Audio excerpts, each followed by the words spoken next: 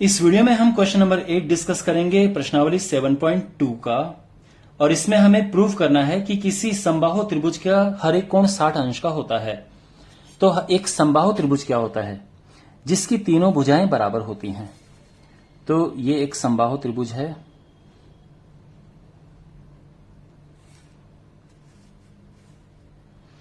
और इसकी तीनों भुजाएं बराबर हैं, यानी ये आपस में बराबर हैं। और हमें यह प्रूव करना है कि इसका हर एक कोण एंगल ए, एंगल बी और एंगल सी तीनों बराबर, तीनों 60 अंश के हैं। हमें यह प्रूव करना है। तो देखो, सबसे पहले दिया क्या है?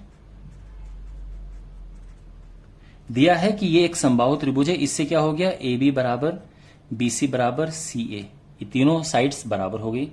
और हमें ज्ञात क्या करना है कि एंगल ए बराबर 60 डिग्री है। हमें प्रूव करना है एंगल बी बराबर 60 डिग्री, एंगल सी बराबर 60 डिग्री। हमें ये सिद्ध करना है।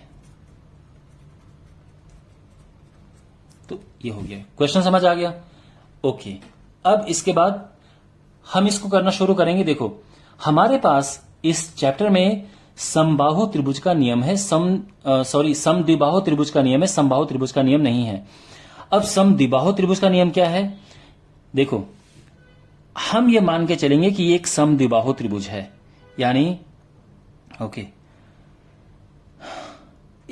ए बी, चूंकि ए बी बराबर है ए सी, यानी ये और ये आपस में बराबर हैं, तो बराबर भुजाओं के सामने के कोण भी बराबर होते हैं। इसीलिए एंगल बी बराबर हो जाएगा एंगल सी के। ठीक है? तो क्योंकि समान भुजाओं के सामने कोण समान होते हैं। ठीक है, आप लिख देना। इसके बाद देखो, ये हमने देख लिया है। अब इसके बाद देखो, बीसी और एसी ये भी बराबर हैं। तो बीसी और एसी बराबर है, तो बीसी के सामने का ये एंगल, मतलब एंगल ए और एंगल बी आपस में बराबर होंगे। यहां तक समझ आ गया? तो जब हमने लिया ए बी और एसी, तो इसके सामने के कोण बराबर निकले, क्योंकि समान भुजाओं के सामने समान कोण होते हैं। समद्विबाहु त्रिभुज का नियम ये है। इसके बाद अब हम लेके चल रहे हैं इन दोनों साइड को कि ये और ये साइड आपस में बराबर हैं, तो इनके सामने के कोण, ये दोनों कोण भी आपस में बराबर होंगे। यहां समझ आ गया? अब इसको इक्वेशन नंबर 1 ले लो, इसको इक्वेशन नंबर 2 ले लो। तो क्या मिलता है आपको कि देखो, एंगल ए बराबर है एंगल बी के और एंगल बी बराबर है एंगल सी के, तो तीनों बराबर हैं। अब आप ये जानते हैं कि angle A plus angle B plus angle C 180 degree है, क्योंकि त्रिभुज के तीनों अंतः कोणों का योग 180 अंश होता है, ये आप जानते हैं। तो अब हम क्या करेंगे? देखो, बी की जगह पर भी ए रख दो, क्योंकि तीनों बराबर हैं, और सी की जगह पे भी ए रख दो। इससे हमें मिल जाएगा 3 एंगल ए बराबर 180 डिग्री, जिससे कि एंगल ए आ गया 60 डिग्री। ये डिवाइड हो जाएगा। बस एक बार एंगल ए आ गया तो एंगल बी भी उतना ही है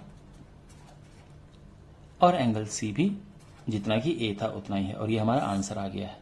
ये प्रूफ हो चुका है। Okay, well, I am sure आपको ये समझ आया होगा। इसी के साथ 7.2 एक्सरसाइज खत्म होती है और अगले वीडियो में हम 7.3 एक्सरसाइज शुरू करेंगे। तो मिलते हैं अगले वीडियो में। Take care.